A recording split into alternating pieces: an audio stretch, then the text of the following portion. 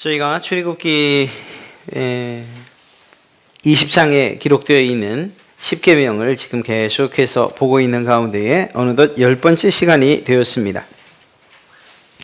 지난주에 혹시 기억나십니까? 2주에 거쳐서 부모를 공경하라 라는 이러한 계명을 살펴봤는데 키워드, 아주 중요한 한 가지 단어로 이야기하라고 한다면 무엇에 관한 이야기라고 했죠? 네네, 맞습니다. 권위에 관한 이야기라고 했습니다.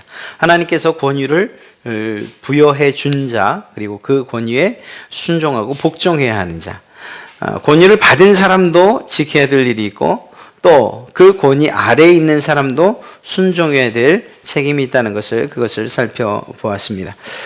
오늘 말씀도 오늘 이 6계명 살인하지 말라라는 이 말씀 가운데에 담겨 있는 하나님의 의도와 그 뜻을 또 한 단어로 이야기할 수 있는데 그것을 이야기하라고 한다면 무엇일까요? 살인. 네, 살인 아닙니다. 그 살인 그러면 아니죠. 그건 그렇게 될 수가 없는 거죠. 그것은 무엇인가 하면 바로 존중이라고 할 수 있습니다. 존중. 예. 어떤 돌멩이 혹은 나무 혹은 어떤 짐승 멋있는 장관을 바라보면서 존중스러워 이렇게 얘기는 하지 않습니다. 왜냐하면 그 존중이라는 표현은 사람과 사람 사이에 쓰는 것이기 때문에 그렇죠. 그렇게 본다면 오늘 여러분들과 함께 살펴볼 6계명 살인하지 말라라는 이 계명의 핵심 키워드라고 할 수 있는 존중, 이것은 결국 사람에게 해당하는 이야기라는 것이에요. 나에게 그리고 상대방에게. 오늘 이러한 말씀을 통해서 우리가 그 은혜를 받고자 합니다. 오늘 여러분들이 뉴스를 보셨다면 참 아주 잔혹한, 정말 저럴 수 있을까 사람이 저럴 수 있을까 싶은 그런 뉴스가 하나 나왔습니다. 다행스러운 건 우리나라에서 일어난 일은 아니었죠. 혹시 들어보셨을 겁니다. 알카에다. 예, 뭐죠? 예, 테러 집단입니다. 오사마 빈 라덴이라고 하는 사람이 사우디 사람이었는데 그가 세운 테러 집단이에요. 그가 아주 정말 대표적으로 저질렀던 테러가 뭐가 있죠? 2001년에 쌍둥이 빌딩 비행기로 무너뜨렸던 바로 9.11 테러 사건이 있습니다. 그러면서 오사마 빈 라덴이라는 이름이, 그리고 이 알카에다라는 이름이 그냥 표면에 확 드러나게 됐죠. 그런데 이 알카에다라고 하는 이러한 조직보다 더 악랄한 조직이 요즘에 이 테러 집단이 전 세계를 아주 그냥 들끓게 하고 있습니다. 들어보셨죠? IS라고 하는. 오늘 그 요르단의 조종사가 잡혔었는데 그 조종사를 지금까지와는 전혀 다른 방법으로 또 죽였어요. 지금까지는 잡힌 사람들, 일본 사람들을 포함해서 잡힌 사람들을 다 참수를 했어요. 목을 이제 잘라. 그것도 잔인스럽죠. 그런데 오늘 이 요르단 그 조종사는 철장 안에다 가두고 화형을 시켰어요. 그리고 그걸 찍어서 공개를 한 거예요. 그러니까 요르단에서 화가 나서 이게 도대체 말이나 되는 일이냐. 그래서 보복적으로 맞바꾸자고 했던 이 IS 여자 그 테러리스트를 사형에 처했습니다. 또 뿐만 아니라 알카에다 조직원도 몇 명 같이 2명이 사형을 당했고 앞으로 5명을 더 사형시킬 거라고. 아주 요르단이 굉장히 화가 난 거죠. 누가 더 잔인하다 막 경쟁하는 것처럼. 실제로 이 프랑스에서 있었던 테러 같은 경우에는 누가 더 잔인한 그리고 강력한 테러 집단이냐 하는 이런 것들로 뭐 거의 싸움을 하다시피 해서 일어난 사건이 프랑스에서 일어났던 테러 사건이라고 이야기하기도 합니다. 여러분, 그런 장면들 혹은 그런 생각들만 해도 우리는 막 끔찍스러워요. 막 닭살이 돋는 것 같고요. 막 소름이 끼치죠. 그런데 그 사람들은 어쩌면 그렇게 눈 하나 깜짝하지 않고 마치 개미 새끼 한 마리 죽이는 것처럼 그런 식으로 사람을 처형할 수 있을까? 심지어는 아주 경악을 금치 못하게 했던 장면이 하나 있죠. 뉴스에 이미 다 나왔던 거니까 제가 말씀드립니다. 어린 소년에게 권총을 쥐어주고 그리고 잡혀있는 포로를 쏘게 합니다. 그리고 실제로 그렇게 이 소년이 어른을 처형하는 일이 그것이 영상으로 또 전해졌죠. 어떻게 하면 이렇게 잔인할 수 있을까 하는 그런 생각을 해보게 됩니다. 자, 이런 사람들을 향해서 오늘 제 6계명, 살인하지 마라. 살인하지 말라니까. 하나님께서 살인하지 말라고 했잖아. 이렇게 이야기할 수 있죠? 그러면 아주 정확하게 딱 맞아떨어집니다. 하나님의 명령과 그리고 그 명령에 불순종하는 사람들이 이렇게 딱 두드러지게 나타나죠. 그런데 여기에서 약점이 하나 있습니다. 그렇게 그것 봐, 저렇게 살인하는 사람들이 있어. 그러니까 하나님의 계명이 있는 거야. 나는 살인하지 않았지. 그래서 교묘하게 그러나 안타깝게도 우리는 하나님께서 우리에게 주신 제6계명을 피해 간다는 거예요. 난 저 사람들처럼 저렇게 잔인스럽게 죽이는 일 못할 것 같아. 나한테 총을 쥐어주든 칼을 쥐어주든 그거 어떻게 그럴 수가 있지 사람이? 이런 마음이 여러분이나 저 다 들지요. 네. 그러다 보니까 다행이다. 이 6계명은 그냥 지나가도 되겠구나 이런 생각을 하게 된단 말입니다. 살인하지 말라는 것은 정말로 나와 상관없는 것처럼 그렇게 들린다는 것입니다. 그런데 한번 생각해 보십시오. 만약에 이 6계명이 여러분들이나 저와 상관이 없다면 하나님께서 이 계명을 여기다 이렇게 써놓으셨겠냐고요. 이스라엘 백성들에게만 해당되는 그러한 말씀이라면 그러면 이제 시간이 지나고 성경이 완성되어 가는 과정에서 그거 좀 빼버려도 괜찮은 거죠. 그런데 여전히 시대가 흐르고 현대라고 하는 지금이 됐음에도 불구하고 이 말씀과 이 계명이 들어있다. 그리고 우리가 그것을 지금 읽고 있다는 것은 무엇을 말하는 것일까요? 바로 여러분들과 저에게도 여전히 이 계명이 유효하다는 것을 이야기하는 것입니다. 사랑하는 성도 여러분, 이 제6계명이 가지고 있는 처음 말씀드렸던 핵심 키워드, 즉 존중이라는 면에서 볼 때에 우리는 오히려 이 계명에 대해서 깊이 묵상하고 정말 내가 살인하지 않기 위해서 노력을 해야 되는구나, 애를 써야 되는구나, 매일매일 정말 신경을 써야만 하는 일이구나 하는 것을 깨닫게 될 것입니다. 우리가 잠시 마음을 놓으면 나도 알지 못하는 사이에 살인을 저지른 이런 일이 생기게 될 것이기 때문에 그렇습니다. 목사님, 아니라니까요. 제가 누구를 죽이겠어요? 저같이 연약한 사람이, 저 같은 여자가, 저 같은 어린아이가, 저같이 착한 사람이 이렇게 얘기하겠죠. 그런데 오늘 말씀은 그렇게 이야기하지 않고 있다는 것입니다. 오늘 이 제6계명을 살펴보면서 하나님께서 우리에게 주시는 명령들, 그것이 무엇인지, 그 의미하는 바가 무엇인지 정확히 깨닫고 또 그대로 순종해서 하나님의 명령대로 살아가는 그러한 여러분 되시기를 주님의 이름으로 축원합니다. 모든 계명에는 하나님께서 그 계명 안에 두신 목적이 있기 마련입니다. 네, 목적이요. 그리고 그 목적을 우리 입장에서 본다면 원리라고도 할 수 있어요. 그 계명 안에 우리가 지켜야 하는 원리가 담겨 있다는 것입니다. 더 정확히 이야기하면 하나님의 백성이 세상을 살아가는 삶의 원리가 계명 안에 담겨 있다는 거예요. 그래서 그 원리대로 우리가 살아가다 보면 하나님께서 가게 하신 대로 그리고 하나님께서 기뻐하시는 모습대로 살아갈 수 있게 해놓으셨다는 거죠.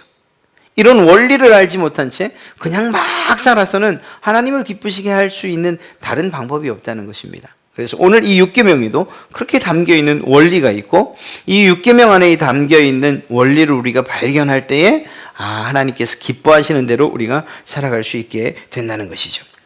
다시 말씀드립니다. 존중이라고 말씀드렸던 그것을 조금 더 풀어 이야기하면 생명에 대한 존중을 이야기하는 것입니다. 첫째는. 두 번째는 인격에 대한 존중을 포함하고 있는 것입니다. 무엇과 무엇이요? 생명과 인격. 이걸 어떻게 하라고요? 존중해라. 이것이 6계명에 담겨 있는 우리의 삶의 원리라는 것입니다. 사람을 소중하게 여기라는 것입니다. 사람을 소중하게, 존엄성을 가지고 그렇게 대하라는 것이죠. 살인하지 말라라고 하는 게 과연 무엇을 말하는 걸까요? 우리가 흔히 상상하는 대로 누군가를 이렇게 위해를 가하고, 아니 실제로 상처를 입히고 상해를 가해서 죽음에 이르게 하는 것, 그것을 살인이라고 말할 수 있을 것입니다. 예, 그렇습니다. 그렇게 누군가를 죽이는 일을 하지 말라는 거죠. 그걸 또 다른 표현으로 하면 생명을 빼앗는 것이라고 할 수 있습니다. 자, 살인이 무엇이라고요? 생명을 빼앗는 거예요. 살인이라는 것은 다른 사람의 생명을 내가 뺏는 거예요. 내 힘이나 또는 내 손이나 혹은 내 어떤 도구를 사용해서 말입니다. 내가. 자, 그러면 이걸 다른 표현을 하면은, 그래서 이것을 좀 소극적인 표현이라고 한다면, 적극적으로 살인하지 말라는 것은 어떻게 표현할 수 있겠습니까? 다시 한번 말씀드릴게요. 소극적으로, 좀 그냥 방어적으로 하면 살인하지 말라는 건 생명을 뺏지 말라는 거예요. 좀 적극적으로 표현하면 어떻게 표현할 수 있을까요? 생명을, 내 생명이 아니고 내 생명뿐만 아니라 다른 사람의 생명을 지키는 것을 말하는 겁니다. 지키는 것. 그러니까 누군가를 죽이는 것, 이건 당연히 하지 말아야 되는 것이고요. 오히려 누군가의 생명을 지키기 위해서 애를 써야 한다는 것이에요. 그것이, 그 원리가 이 말씀 안에, 이 계명 안에 담겨 있다라는 것입니다. 그렇습니다. 뺏지 않는 것, 그것이 중요한 것이 아니고 오히려 지켜주기 위해서 그런 노력들을 우리가 해나가야 된다는 거예요. 네. 말하지 않아도 그런 것들을 본능적으로 가지고 계신 분들이 계시죠. 예, 부모님들. 예. 그분들 같은 경우에는 자식들 혹은 또 자녀들을 지키기 위해서 자기 몸으로 막잖아요. 방어하잖아요. 예. 그런 모습이 실제로 볼 때에 살인하지 않는 것뿐만 아니라 오히려 지키는, 더 적극적인 계명을 지켜나가는 모습이라고 할 수 있다는 것입니다. 여러분, 다른 사람의 목숨을 빼앗지 말아야 한다, 살인하지 말아야 한다 라고 할 때에, 그러면 하나님이 그렇게 이야기하시는 이유가 있습니까? 있어야지요. 그게 없으면 안 되죠. 하나님께서 아무런 이유 없이 그냥 뺏지 마, 하지 말라니까, 하지 않는 게 좋은 거야, 피 보는 게 좋니? 이렇게만 말씀하셨다면 우리에겐 조금도 설득력이 없어요. 왜일까요? 왜 설득력이 없죠? 우리는 사실 많은 것들을 죽이고 있어요. 안타깝게도 먹기 위해서 죽이고, 우리 짐승들 잡잖아요. 도축하잖아요. 합법적이라고는 하지만 짐승들, 동물들 죽이잖아요. 또 어떤 사람들은 정말 그래서는 안 되지만 재미삼아 사냥을 하기도 하잖아요. 경기를 가지고서 사냥을 하기도 하고, 누군가를 지금 실제로 무엇인가를 죽이고 있잖아요, 우리 사람들이. 그렇지 않습니까? 낚시하는 거, 그게 뭘 죽이는 거야? 아니죠, 죽이는 거죠. 살아있는 걸 잡아다가 이렇게 먹는 건데 죽이는 거죠. 죽어서 먹기까지 하잖아요. 끔찍스러워라. 우리가 지금 실제로 무엇인가를 죽이고 있어요. 죽이고 있어요. 이러한 상황 가운데에서 오늘 이렇게 이야기하시는, 다른 사람의 목숨을 빼앗지 말아라 하는 이유가 과연 우리에게 타당하냐 이거예요. 그래서는 안 되는구나, 이렇게 고개를 끄덕일 만한 이유가 반드시 있어야 된다는 거죠. 네, 있습니다. 하나님께서 세상을 만드실 때에 이것도 만드시고 저것도 만드시고, 나무도 만드시고 또 꽃도 만드시고 토끼도 만드시고 사자도 만드시고 모든 것들을 만들어 놓으셨어요. 그리고 마지막에 사람을 만들어 놓으셨어요. 자, 하나님이 만드셨으니까 이 피조물들이 다 똑같은 거죠. 그리고 죽으면 다 흙으로 돌아가니까 다 똑같은 거죠. 아닙니다. 다릅니다. 사람을 제외한 모든 것들은 다 같은지 몰라요. 그러나 하나님께서 사람만은 유독 다르게 만들어 놓으셨다는 것입니다. 하나님이 뭐 진흙을 가지고서 이렇게 이겨서 만들었으니까 다르다고 이야기할 수 있을까요? 예, 그것도 다른 방법으로 만들었으니까 다르다고 말할 수 있죠. 그런데 단지 그것만이 아니고요. 하나님께서 무엇을 따라 만드셨는가를 살펴보면 다르구나 하는 것을 알 수 있습니다. 다른 것들은 그냥 어떻게 만들었는지 모르겠어요. 그냥 하나님께서 다 만들어 놓으셨어요. 말로 만드신 것 같아요. 모든 살아있는 것들이 만들어질지어다. 뭐 그러셨을지도 모르겠고. 자, 그건 나중에 저희가 가서 한번 여쭤보죠. 유독 사람만은 그렇게 만들지 않으셨다는 거예요. 유독 사람만은 진흙을 가지고 만드셨고, 더 나아가 그것을 만드실 때에, 사람을 만드실 때에 모델을 두고 만드셨다는 것입니다. 그 모델이 누구였죠? 네, 맞습니다. 하나님의 형상과 하나님의 모양대로 하나님께서 만드셨다는 거예요. 이 말이 무슨 말입니까? 여러분 안에는, 제 안에는, 우리들 안에는 하나님의 형상이 담겨져 있다는 거예요. 그런 의미에서 우리는 존중해야 되는 것입니다. 어떤 유명한 미술 작가가 있어요. 아주 그냥 그림을 정성을 다해서 그려요. 어떤 사람이 막 조각을 아주 기가 막히게 막 심혈을 기울이 하고 있어요. 그래서 누가 가서 이게 도대체 뭐야? 이렇게 푹푹 이렇게 찌른다거나 아니면 이렇게 툭 건드려서 넘어뜨리고 그러면 그 작가나 화가가 얼마나 화가 나겠습니까? 그렇죠. 사람도 내가 무엇인가 심혈을 기울이고 내 혼을 담아 만들어 놓은 것, 그것들에 대해서 무시당하면 사람도 화가 나요. 하나님께서 우리 사람에게만 유독 하나님의 형상을 가지고서 우리를 만드셨다는 것입니다. 이 말은 무슨 말인가?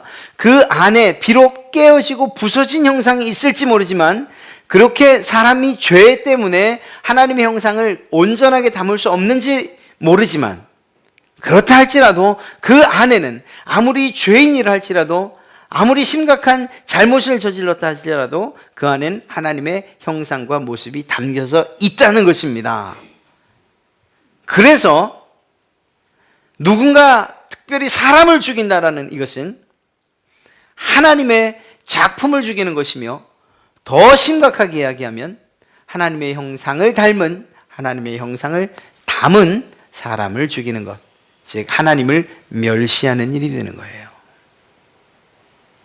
그래서 실제적인 누군가를 죽이는 것, 목숨을 빼앗는 이러한 일들이 있어서는 안 되는 것입니다. 여러분 안에, 제 안에 담겨있는 그분, 하나님의 형상이 담겨 있다는 생각을 우리가 잊지 말아야 됩니다. 그런 면에서 여러분들은 하나님의 가장 귀한 걸작품이라고 이야기할 수 있는 것이죠. 그런 면에서 우리 스스로도 우리를 존중해야 되는 거예요. 우리 스스로를 존중해야 돼요. 잠시 뒤에 다시 말씀드리겠지만 우리 스스로 우리를 존중하지 못하고 지키지 못하고 시간이 가면 늙어가는 거지, 약해지는 거지, 아니죠. 할 수 있는 대로 운동하시고 또 자기 건강 관리해 나가시고 먹는 것도 조절해 가시면서 그렇게 우리 몸을 소중하게 여길 수 있어야 되는 거죠. 담배나 술 같은 거 그거 좋지 않은 거 집어넣어 가지고 우리 몸을 일부러 망가뜨릴 이유가 있겠습니까? 그래서도 안 되는 거죠. 뭐 마약은 뭐 말할 것 없고요.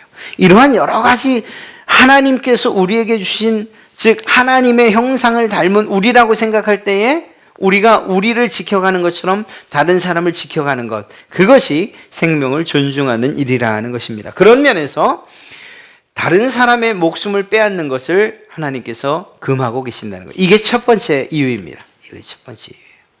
우리 안에 하나님의 형상이 담겨 있기 때문에.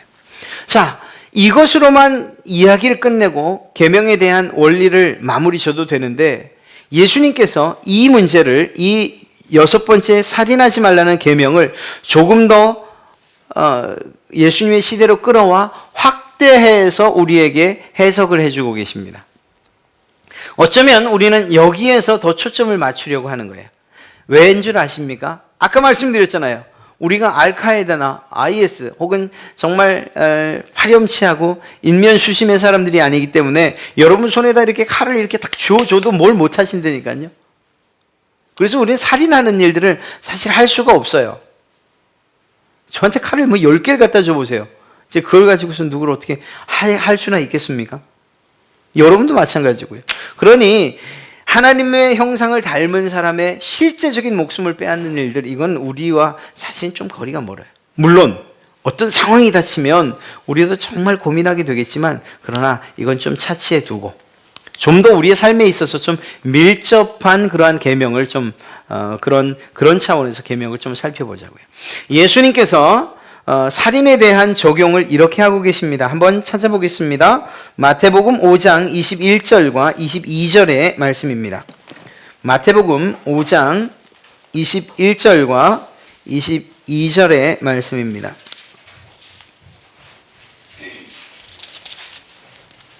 찾으셨으면 우리 한 목소리로 함께 읽도록 하겠습니다. 시작. 옛사람에게 말한 바 살인하지 말라. 누구든지 살인하면 심판을 받게 되리라 하였다는 것을 너희가 들었으나 나는 너희에게 이르노니 형제에게 노하는 자마다 심판을 받게 되고 형제를 대하여 나가라 하는 자는 공회에 잡히게 되고 미련한 놈이라 하는 자는 지옥불에 들어가게 되리라. 아멘. 여러분, 예수님께서 실없이 하신 이야기라고 생각하십니까? 이 말씀을?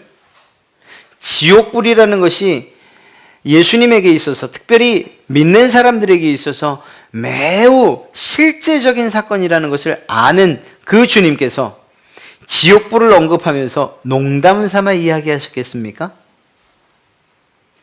아니에요. 예수님께서 농담 삼아 야, 그 정도에 해당하는 벌을 받게 될 거야, 이렇게 이야기하신 건 저는 아니라고 생각해요. 그런 면에서 이 말씀은 우리가 마음속에다 정말 아주 각도로, 조각칼로 아주 새겨야 될 그런 말씀인 것입니다. 타인에 대한 여러 가지 일들을 이야기하는데 이것이 곧 살인과 버금가는 죄이다, 이렇게 말씀하고 계신 것입니다. 21절에서 말하길 옛사람에게 말한 바, 즉 모세의 율법과 계명에는 살인하지 말라고 했지 않냐? 누구든지 살인하면 심판을 받게 될 것이라고 말했는데, 그 살인과 동일한 똑같이 취급되는 여러 가지 잘못이 있는데 그게 뭐냐? 바로 이거야. 노하지 마, 화내지 마, 분노하지 말라는 거예요. 또 한 가지는 라가라고, 즉 히브리 사람들의 욕인데요, 우리말에도 욕 많잖아요. 욕하지 말라고요. 또 미련한 놈, 형제를 대하여서 미련한 놈이라고 그렇게 말하지 말라는 거예요. 지옥불 갈 일이라는 얘기입니다. 자, 이러한 이야기를 하고 계신다는 것이죠. 그런 면에서 볼 때에 우리는 한 가지 사실을, 어떤 명제를 끄집어낼 수가 있어요. 다른 사람을 향한 분노도 살인이다. 다른 사람을 향한 분노도 살인이다, 이렇게 말할 수 있습니다. 난감해지기 시작하는 거예요. 분노. 사실 뭐 밥 먹듯이 정도는 아니어도 뭐 외식하는 정도는 우리가 이 분노하잖아요. 가끔 막 속에서 막 화가 치미는 일들이 있잖아요. 이 분노. 참 다행스러운 것은 분노가 밖으로 표현되기 이전까지를 분노라고 한다는 거예요. 노를 바란다라고 표현하기도 하지만 이 분노는 실제적으로는 우리의 안에서 지금 이루어지고 있는 일이라는 거죠. 자, 한 가지는 우리가 짚고 넘어가야 됩니다. 모든 분노가 살인이라고 얘기할 수 있냐? 그건 아니에요. 참 감사하게도 분노가 살인이 되지 않을 이유가, 그럴 수 있는 그런 이유가 한 가지는 있습니다. 무엇인가 하면 의로운 분노, 공의라고 하는, 이러한 공적인, 그리고 하나님의 관점에서 볼 때의 올바른 그러한 분노, 이것은 살인이라고 이야기하지 않습니다. 예가 있죠. 네, 예수님께서 성전을 청결케 하는 그러한 사건, 아마 기억하실 것입니다. 예배당을 장사하는 곳으로 만들어버리고 자기의 이익을 취하는 것으로 만들었을 때 예수님께서 그 상을 뒤엎고 채찍을 휘두르면서 분노하셨죠. 그리고 특별히 바리새인들과 그리고 율법사들을 향해서 회칠한 무덤이라고, 오늘 나가라고 하는 거 이상으로 그냥 아주 강력한 욕을 하셨어요. 분노하셨다는 얘기죠. 그러나 그걸 누가 죄라고 이야기하겠습니까? 누가 살인이라고 말하겠습니까? 아닙니다. 그것은 명백한 죄에 대한 그러한 분노, 즉 하나님께서 가지실 만한 분노를 대신 표현한 거예요. 그런 면에서는 선지자들이 선지서에서 백성들을 향해서 안타까운 마음으로 외치는 것, 그리고 죄를 지적하고 그리고 의분을 바라는 것, 그것을 이 살인이라고 이야기할 수는 없습니다. 그것은 우리가 분명히 알아야 돼요. 또 한 가지는 우리도 그런 의분이 있어야 돼요. 불의한 것을 보면서도 나랑 아무 상관없는 일이니까 이렇게 해서는 안 되는 일이죠. 의로운 분노가 우리 가운데, 특별히 신앙에 있어서만큼은 이러한 의로운 분노를 우리들도 가질 수 있어야 돼요. 예수님처럼 말입니다. 자, 그렇다면 살인에 이르게 하는 분노는 뭐냐? 죄로 인한 죄의 분노라고 이야기할 수 있습니다. 죄. 내 안에 있는 죄가 결국은 분노로 나타나는 것. 자, 이 죄의 바닥에, 이 밑바닥에는 뭐가 있을까요? 이 바닥에? 그것은 바로 교만이에요. 이 분노가 왜 생기는가 하는 것을 따지고 보면 그렇습니다.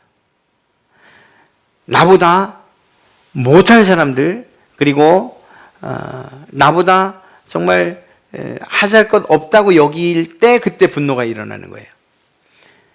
나보다 훨씬 못한데, 그런데 정말 일하는 것도 제대로 하지 못하고 때로는 나보다 더 잘하기도 하고 하는 이런 일들 말입니다. 그래서 내 기준에서 볼 때에 분노가 시작되는 것이라는 겁니다. 화가 시작된다는 거죠.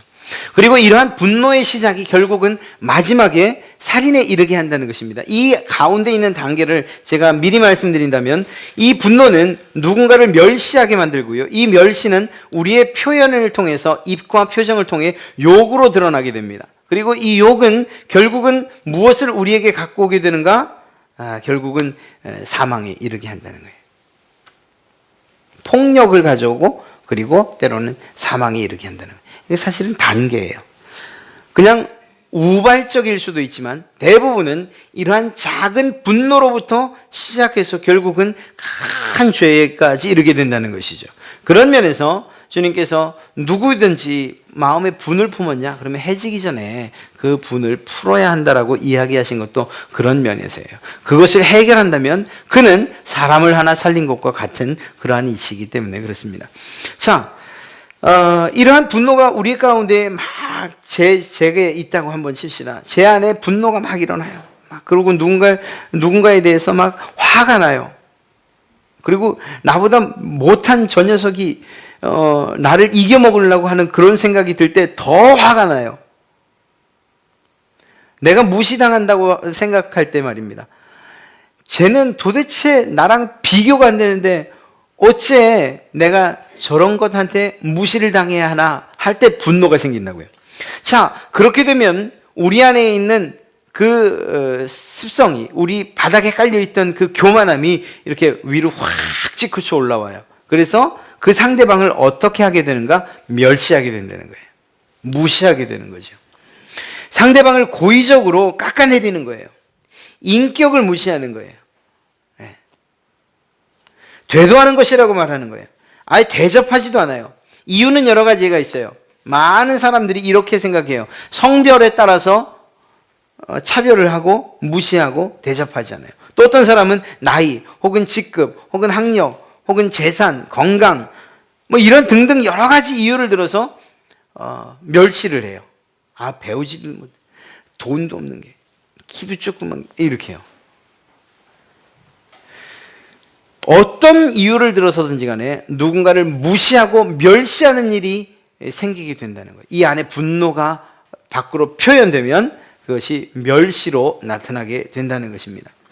이 멸시라는 것을 단 한마디로 표현한다고 하면 상대방의 가치를 인정하지 않는 거예요. 자, 여기서 우리는 다시 처음으로 돌아가야 돼요. 우리 안에는 어떤 가치가 담겨져 있죠? 아까 우리가 어떻게 지어졌다고 말씀드렸습니까? 하나님의 형상대로. 그렇다면 여러분에게는 어떤 가치가 있는 것입니까? 누구의 가치가 여러분 안에 담겨 있는 거죠? 하나님의 가치가 담겨 있는 거예요. 그런데 이 분노가 그 생각과 또한 이 멸시가 그 생각을 다 뒤엎어버리고 엉클어뜨려 버립니다. 그래서 결국은 우리는 누군가를 멸시해요. 즉 상대방의 가치를 인정치 않아요. 그 안에 있는 하나님의 가치도 인정치 않는다는 것입니다. 특히 믿는 사람들 가운데에서는, 우리 안에서는 이러한 멸시가 있어서는 안 돼요. 왠가 하면 상대방이 제가 누군가를 멸시할 때 그 사람이 구원받은 사람이라고 한다면 그 한 사람을 위해서 누가 죽으셨습니까? 예, 하나님의 아들이신 예수 그리스도가 죽으신 가치가 있는 사람이에요. 그런데 내가 도대체 무엇이라고 그 가치를 평가절하하고 무시한단 말입니까? 이것이야말로 하나님을 무시하는 것이라고 말할 수 있는 거죠. 그러니까 이런 멸시, 이것이 우리에겐 있어서는 안 된다는 거예요. 그런데 그 멸시함이 그냥 마음속에 그냥 팍 차오르다 어느 날 마치 그 흔든 사이다병 뽕 따면 막 팍 쏟아져 오르는 것처럼 그냥 팍 터져 나올 때 뭘로 나올까요? 입에서 욕으로 나오는 거예요. 요즘 우리 학생들의 욕은 그런 면에서 그걸 긍정적이라고 해야 되니, 욕을 긍정적이라고 말하면 안 되겠죠? 그 아이들은 그냥 습관상 하는 거예요. 습관상. 안 하면 안 되게끔 습관상. 그것도 고쳐야 될 내용이죠. 그러나 실제적으로 오늘 말하는 욕은요, 아까 말씀드린 것처럼 분노가 차오르다가 멸시로 변하고 그 멸시가 확 차오르다가 그냥 입으로 팍 터져 나오는 거예요. 그게 욕이에요. 그런 욕을 오늘 이 라가라고 이야기하는 것입니다.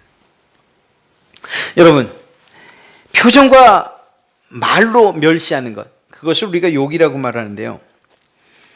요즘 표현으로 한다면 언어 폭력이라고 이야기할 수 있죠. 주먹으로 치는 것만 폭력이 아니고 말로 치는 것도 언어 폭력이라고 할 수 있어요.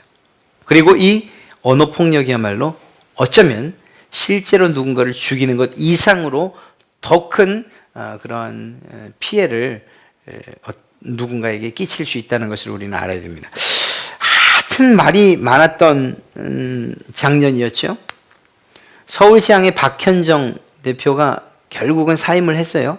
그런데 그 사람이 사임한 이유가 무엇인가 하면 아래 사람들을 너무 하대한 거예요. 그리고 말로 거의 폭력에 가까운 이야기들을 한 거예요.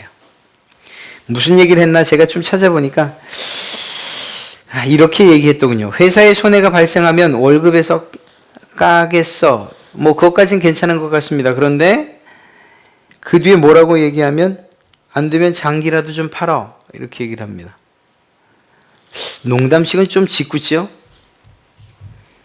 또 이렇게 얘기합니다. 실적이 좋지 않은 그런 직원들에게 미니스커트 입고 네 다리로라도 나가서 음반 팔면 좋겠다. 이렇게 얘기를 합니다. 이 말은 뭔가 하면 실력이 없는 연주자들 차라리 미니스커트 입고 나가서 그냥 물건이라도 팔아와. 이렇게 얘기하는 거예요.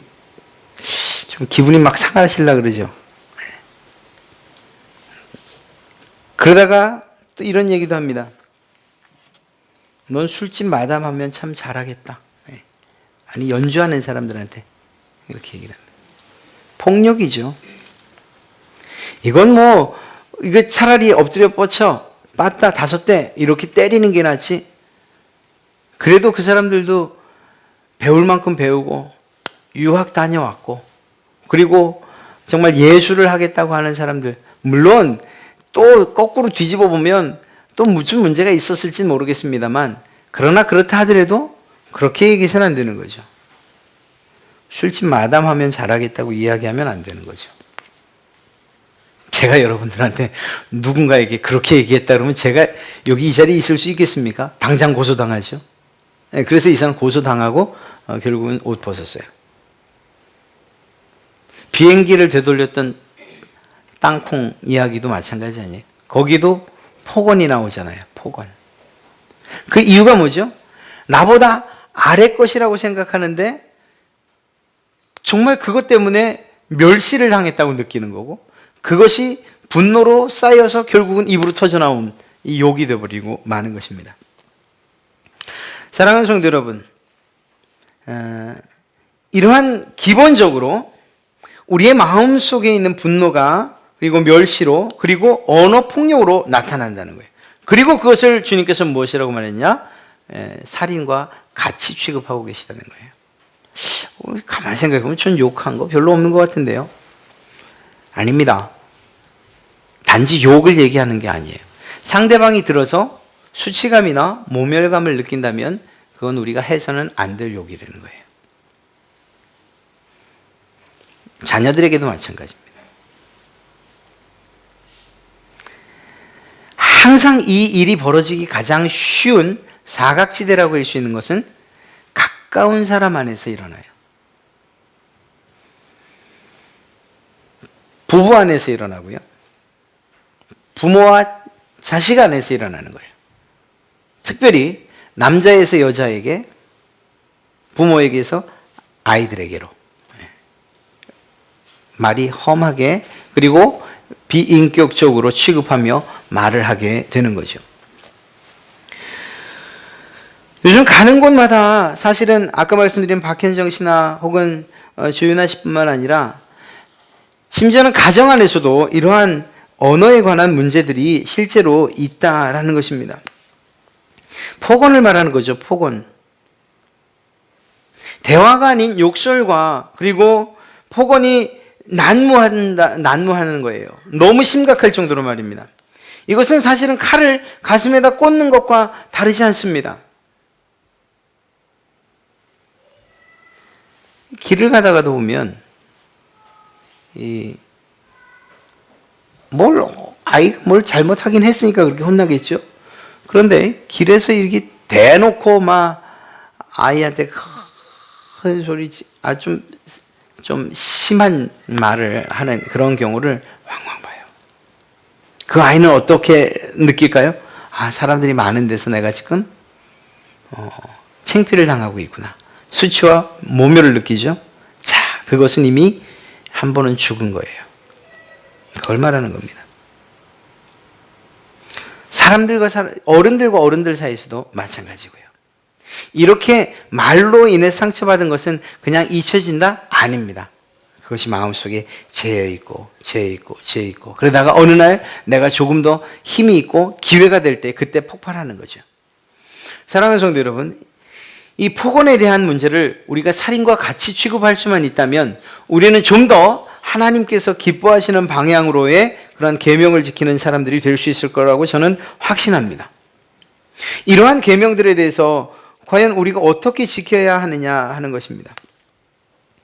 폭언이라는 것도 알겠고요. 그리고 또한 폭력이라는 것도 알겠고요. 그리고 욕하는 거, 욕해서 안 된다는 것, 그것도 알겠어요. 다 알겠어요. 이것도 살인에 준하는 그러한 죄라는 것을 알겠다고요. 그렇다면 이러한 문제들을 어떻게 우리가 해결해야 되느냐 하는 그런 문제를 생각할 수밖에 없는 거죠. 다 아셨잖아요. 이제 말도 함부로 하면 안 되는구나. 근데 나 습관이 그렇게 돼서. 그러면 우리가 그렇게 하나님 앞에 하나 습관이 돼서라고 항변할 때 하나님이 우리에게 무엇이라고 말씀하시는 거예요. 그리고 하나님께서 주시는 해답이 뭐냐 하는 거죠. 그거를 한번 살펴보고 마치려고 합니다. 이 계명을 어떻게 지켜야 하는가, 또 지키는 그런 방향, 혹 방법이 있다면 그것이 무엇일까? 아까 처음 말씀드렸던 그 핵심 단어라고 이야기할 수 있습니다. 바로 존중이에요. 존중. 상대방을 존중하는 것입니다. 이러한 존중의 마음이 없다면 그것이야말로 칼을 품고 다니는 것과 똑같기 때문이죠. 존중이 어려우냐? 어려운 일이냐? 예, 어려운 일입니다. 신경 쓰지 않으면 정말 어려운 일이에요. 그러나 우리가 조금만 의식을 하고 산다면 그렇게 어려운 일도 아니라고 저는 생각합니다. 제가 사역하던 그 교회에 원로 목사님이 계셔요. 저희 아버님 연배니까 한참 한 목사님 연배 되시죠. 근데 이분은요, 전도사님을 부를 때 제가 3년 있으면서 어이 김전도사 이렇게 부르는 걸 한 번은 못 들었어요. 김전도사님, 한참 손주뻘 되는 사람이죠. 손주뻘 되는 사람. 김전도사님, 그거 좀 앉아보시오.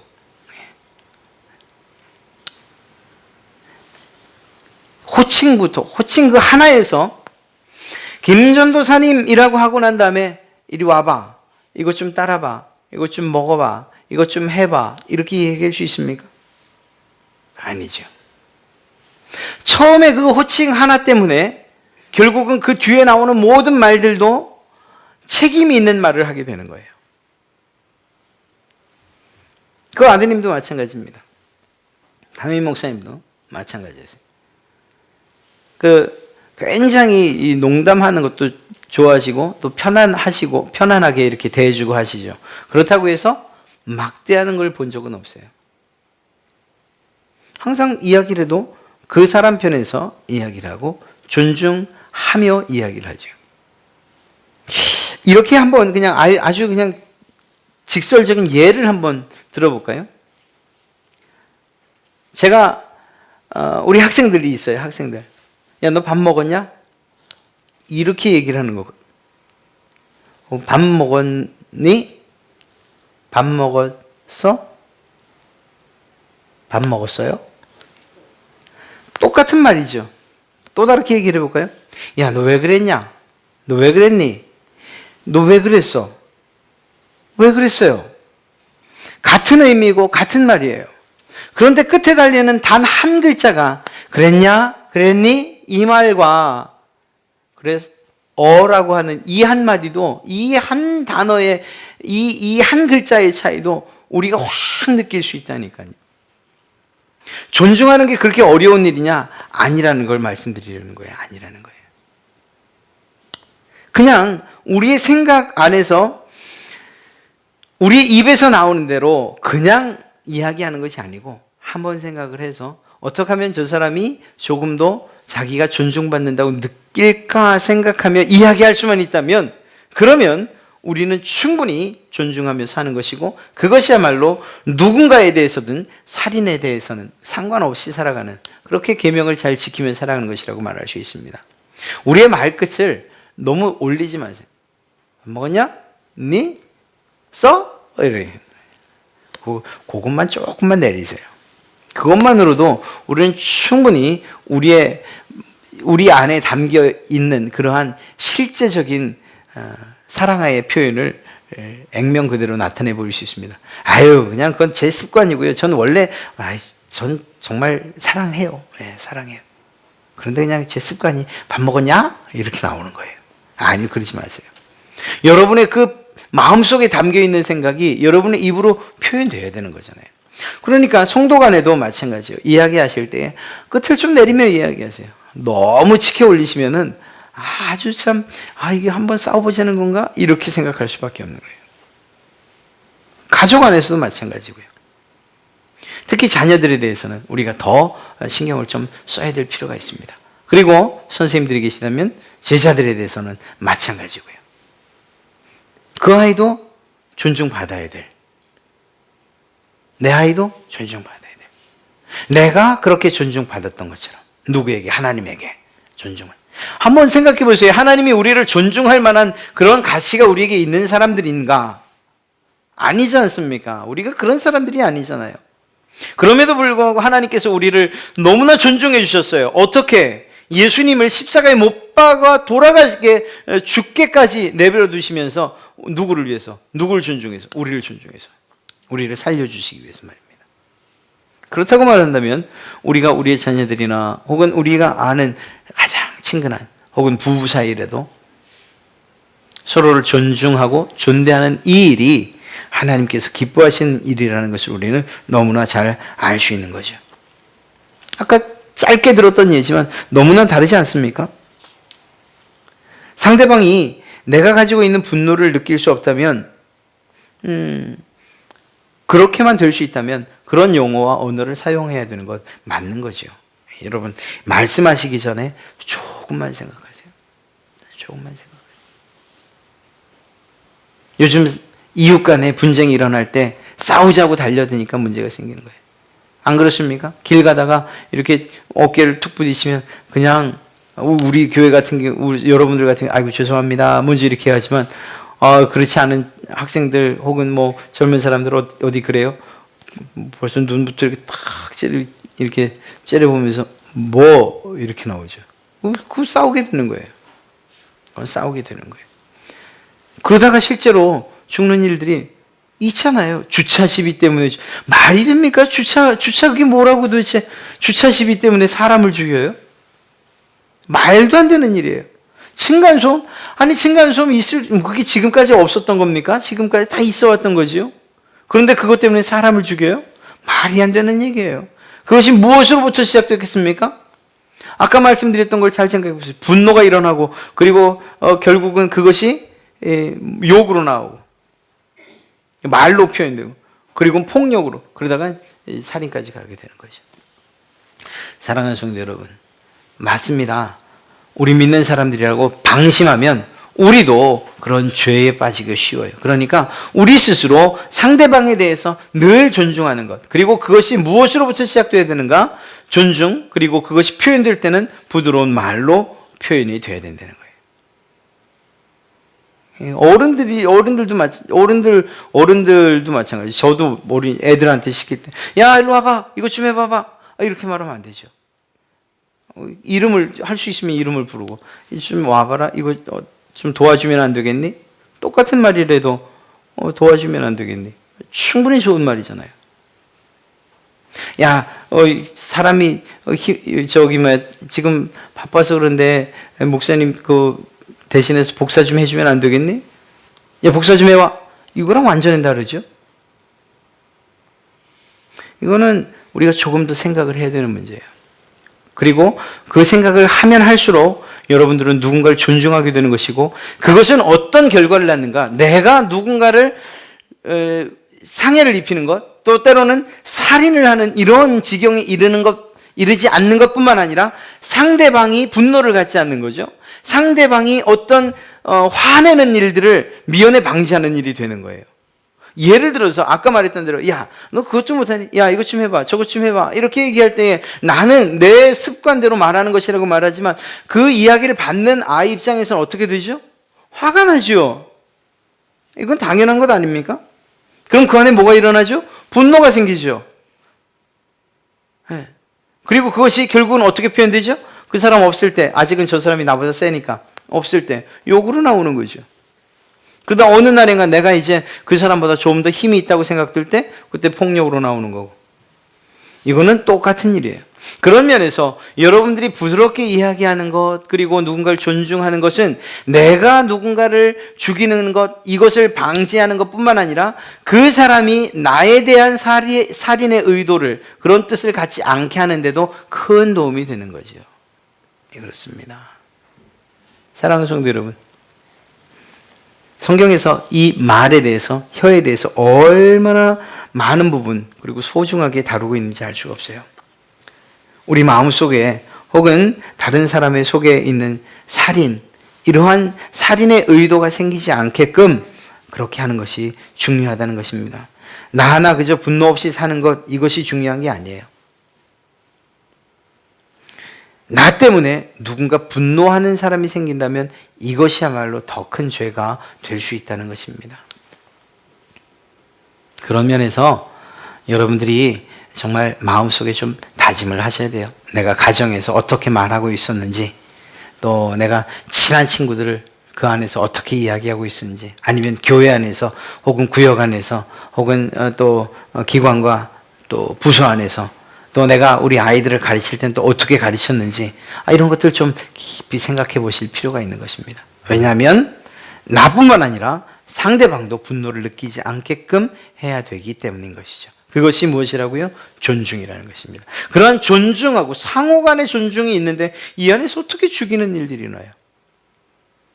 이 존중과는 좀 다른 의미지만, 강아지를 키우면 그 강아지를 잡아 먹으려고 하면 못 먹죠. 그거를 우리 어른들이 먹었으니까 애들이 울고불고 나는 난리가 난 거죠. 어느 날 집에 와보니까 기르던 강아지가 안 보여요. 없던 고기가 생겼어요. 제가 그걸 먹을 수 있었겠습니까? 전 못 먹었어요. 물론 지금은 그 강아지가 어떻게 생겼는지도 모르기 때문에 지금은 또 어떻게 좀 먹기도 해요. 여러분, 그 안에 서로 존중하는 거 없었어요. 내가 뭐 그거 아니지 존중했겠습니까? 그런데 그래도 그리워하고 좋아하는 것, 그 감정이 있었어요. 그것만 가지고도 나는 그 강아지를 어떻게 먹을 수가 없었다니까요. 그런데 그보다 한 차원 높은 존중하는 그런 상호 존중하는 일이 있는데 다른 짐승도 아니고 사람, 하나님의 형상을 담은 사람을 어떻게 죽이는 일이 일어날 수 있겠냐는 거예요. 사랑하는 성도 여러분, 다시 말씀드리지만 우리가 실제로 누군가를 죽이는 일은 정말 절대로 일어나지 않을 거예요. 그러나 그보다 더 자주 일어나는 살인의 유혹을 이겨내시길 간절히 부탁드립니다. 때로는 존중하는 걸로 이기고 때로는 말을 다스리는 것으로서 그 계명을 지켜나가시길 바랍니다. 하나님께서 그러한 여러분의 모습을 보며 기뻐하시고 또한 자랑스러워 하실 줄로 믿습니다. 하나님께서 이러한 계명을 주신 것, 이거 누구 때문에 주신 것입니까? 바로 여러분 때문에, 여러분에게, 여러분을 위하여 주신 계명 아니겠습니까? 피차 간에 서로 존중하고 그리고 정말 인격적인 대우를 통해서 우리 교회가 아름답게 커가는 그러한 일들이 우리에게 선물로 주어지면 참 좋겠습니다.